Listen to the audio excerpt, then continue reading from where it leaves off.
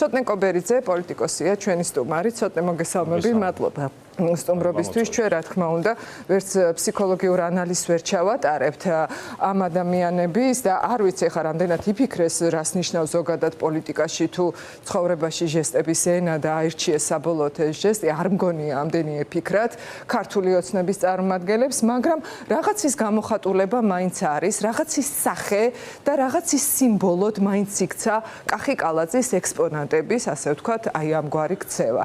რა იყო თქვენთვის, რა გაჩვენათ, რა აჩვენა ქართულმა ოცნებამ?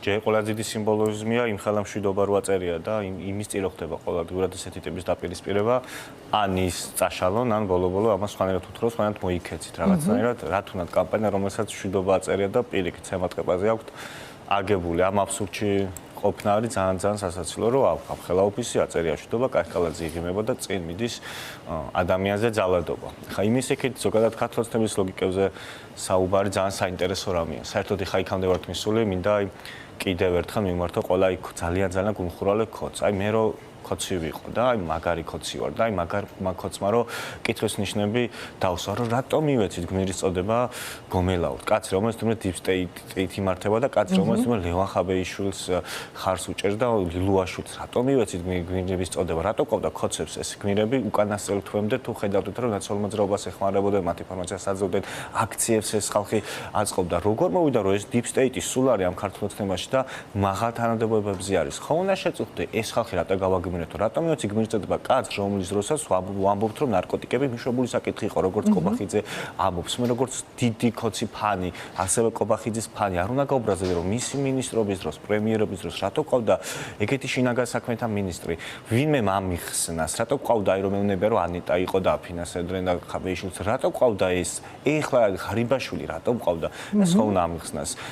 თურმე რადიკალურ ოპოზიციაზე და deep state-ზე მათი მართლობის ამდენი ხნის განმავლობაში deep state-ი მართავდა. deep state-ს ებრძოდა ქუჩაში როგორ ყავდა და რო ქსედენ. მათ შორის იმ ახალგაზრდა ბიჭ, რომელიც ეხლა საკრებულოს სიაში რო ჩაწერეს. რა გააკეთა იმ ბავშვმა? ეგეთი განსხვავებული, რომლის გამოც მან საკრებულოში ჯდომა დაიმსახურა მათი სახელით და სხვა ახალგაზრდებმა დაიმსახურეს ციხეში ყოფნა. მე როგორც ქოცმა ხო უნდა მოვიკითხო, რომ ის ბიჭი სათო არ არის ციხეში. ის ბიჭი deep state-ით რო გვებრძოდა იქ, ამხოდა სახელმწიფოს რაღაცნაირად უნდა რომ სქესი შეგვეცვალა. ესეთი კაცი ხა დღეს საკრებულოში რაში ჭირდებათ? რა არის ხოლმე რომლის დროსაც მე ამ ყველაფერს თავის-თავში გადმოიბიერებენ ხოლმე. რა ამ პატიებას რა იწვევს? შემთხვევით კერპთაყვანისმცემლობა ხო არა, რომ რაც გინდა ის გაკეთე, რაც გინდა ის დააშავე. ოღონ ამ წამს მიმდინარედ მე მეცი პატივი მე გამაღმერთე და ჩაგწესეს და ეგეთი ქოცი უნდა იქოს, მინდა იმ ქოცს 2012 წლიდან შეიძლება ვიბრძოდი, რომ ქოცები მოსულიყვნენ ყველაფერი დავთმენ და ვინც 2012 წლის ბოლოს აგერ ბექაუდიშალია რო აფინანსებდა ნაცევს 25,000 ლარით, დღეს იმას ატოქვია მაგარი პარლამენტარი დღეს ის როგორ ასამართლოს ნაციონალურ მოძრაობას, ეს კითხვის ნიშნები ხო უნდა დაუსვოთ, რომ აქ საკრებულოში ყავდეს კაცი, თვითონ ეგრე მშიერი შეიძლება უყურებდე მე ქოცებს, აგერ ახლა იმას ექნება 4,000 ლარიანი ხელფასი. ეს ყველაფერი ხო უნდა აიხსნას. ხო, ანუ მათ შორის ძალიან ბიზნეს ერთგული რო ხარ, უნდა დაფიქრდე, ამ კაცს ყველაზე ერთგული ვინ ყავდა? ღარიბაშვილზე ვინმეს ერთგულება გამოეხადა, ამდენი მადლობა, ამდენი ბოდიშები, ასე ვინმეს ბიზნესთვის ეხადა, სხვა არ ყოფილა, ამას ესე მიდგენ, მაშინ რა ხდება? რიჟვაძეზე მეტად ვინმეს ქოცი ყვარებოდა, ქოცობის ზენიტი იყო რომ შეხედავდი, აი ქოცურ მუსიკაც კი რო უყვარდა, ისიც რაღაცნაირი უყვარდა, აი ქოც რო უნდა უყვარდეს და აი ის კაცი რო თვითმკვლელობამდე მივიდა, რაში არის საქმე? ან ეს ღარიბაშვილი, რომელიც ახლა ეს deep state-ის კაცი არის, ორჯერ რომ მოაბრუნა ბიზნესს, აი ერთხელ შეეშალა, აი ერთხელ ვის არ ეშლება, აი ორჯერ ბიზნესს როგორ შეეშალა, რომ ეს აი გაცხელებული ხინკალივით კიდე შემოგვიტანა, ან კიდე ერთხელ რომ შემოიყვანოს ღარიბაშვილი, ესე ნაძახები რომ თურმე ეს ღარიბაშვილი ბურჭულაძეს და იმას ელაპარაკება, მე რა ვშვებით, რომ გამოდის რომ ნაცი გამოდის ამ ქვეყანაში, ყველა ვინც ოპოზიციონერია, ნაცი გამოდის, ყველა დასავლელი პარტნიორი, ნაცი გამოდის უკრაინა, ნაცი გამოდის ღარიბაშვილი, ნაცი გამოდის ლილუაშვილი და ყველა ვინც არიან და იქნება ვიძინაც ნაცი, არ ვიცი. ისიც მაგინდა რომ ამდენი უნდა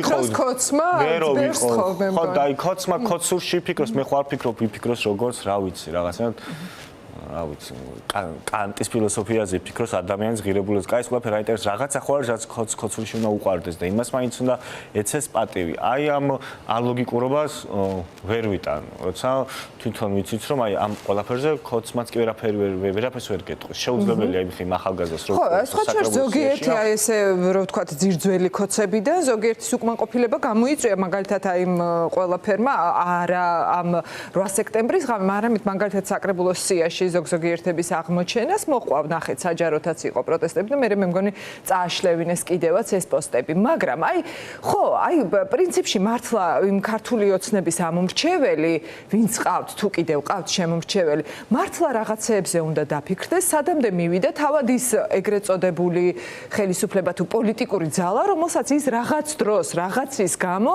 მხარს უჭერდა, ხო? თუნდაც რაღაც აი ვიწრო, საკუთარი ინტერესებიდან გამომდინარე, რაღაცისთვის ხო უჭერდა მხარს და მართლა ირაკლი ღარიბაშვილს სანთლებს რო უნთებდნენ გუშინ და ეხა დღეს რო მოღალატე გამოდგა და დიპსტეიტის მართულია და რადიკალურ ოპოზიციას რაღაც მასალებს აძლევენ ეგ და ლილუაშვილი და აქაც კიდევ შიშები აქვთ არავინ არ იცის, ალბათ ამ ადამიანებზე უნდა მოქმედებდეს, მართალი ხარ გეთანხმები, მაგრამ თან იმას ხარ დიდიც წარმოიდგინეთ.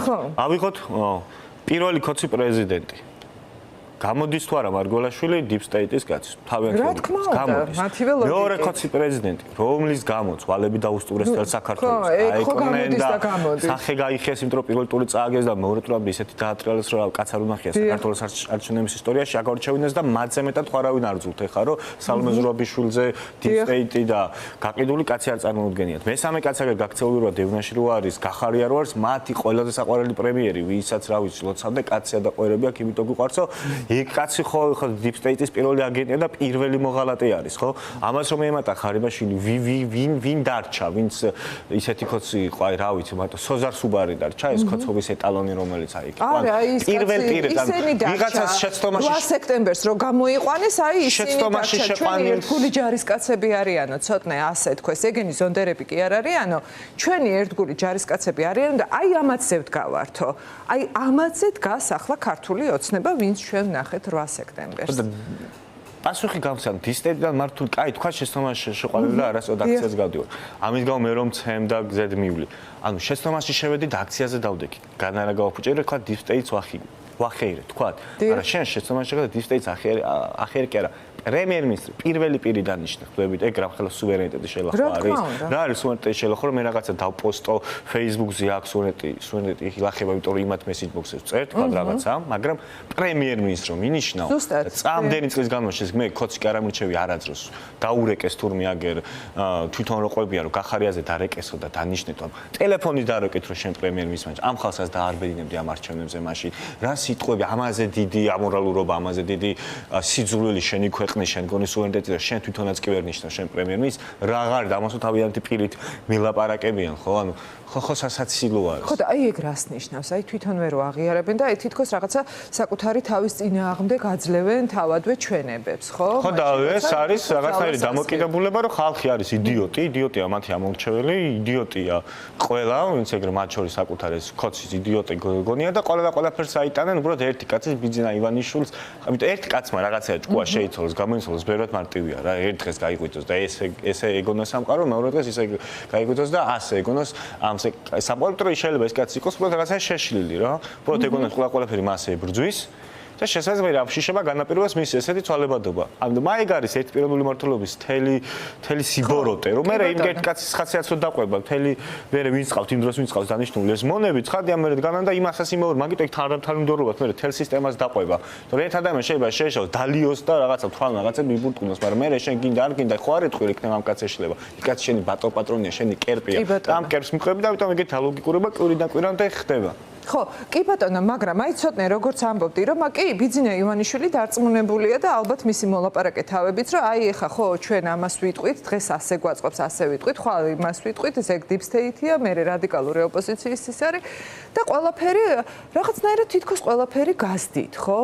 და აი ახლა იდიოტი რომ გონიათ, ეხა როგორც შენ თქვი, იდიოტი რომ გონიათ, საკუთარი ამორჩეველი თუ მხარდამჭერები შეიძლება იმათ გონიათ, მაგრამ რა ხდება ახლა აი ალბათ ნაკლებად უნდა ვიდარდოთ ქართული ოცნების ამომრჩევლებზე და მხარდამჭერებზე, მაგრამ აი რაღაც მომენტში რატომ არ უჩნდებათ თუნდაც იმის განცდა, რომ აი ამდენი წელი რო გატყუებენ, დაქცინიან და მართლა სულელი რო გონი ხარ, რომ რაღაცნაირად არ ხარ სულელი, აი ეს მაინც რო გამოხატო. აი რატო ვერ მიდის ეს ხალხი აქ?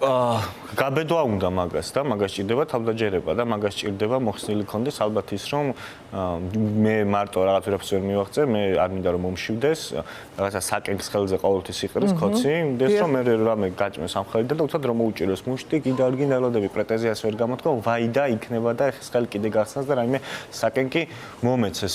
ვერ რისკავენ ამას და რაღაცნაირად მიშვებული აქვთ ეს ამბავი რა, რაც არის მოდი ეგეთი სტატუსკო დარჩეს და იყოს და არის ეგ პრობლემატურია ყველა საზოგადოებაში, ეგ კი არა, პატარა ორგანიზაციებში ნახავ, რაღაც სხვადასხვა ორგანიზაციებში, კერძო სტრუქტურებში, სადაც ადამიანები იმ უფროს უღიმიან, მის ბანძანებდაც იცინიან და შუკრავენ, იციან ყველაფერი, მაგ ზურს უკვე რაღაცებს ჭორავება ხოლმე, როცა იციან, რომ მათი ყური იქ არ არის, მაგრამ იმის იქით იქ ვერ ბედავენ, რო არ დაკარგონ ის რაღაცნაირად რავი, შემოსავალი თუ რაღაც ცხოვრის განმავლობაში რაღაც თავის ნაშენები ილუზია, უცბად დილით გაიგვიძოდა თქვაც, რომ დიდ შეცდომაში ვიყავი, ამის გაბედვის უნარი არ გააჩნიოთ და მესმის კომფორტულია ცხოვრება, მაგრამ წარმოიდგინეთ აგერ ერთი ადამიანის ისტორია, რიჟვაძის ისტორია.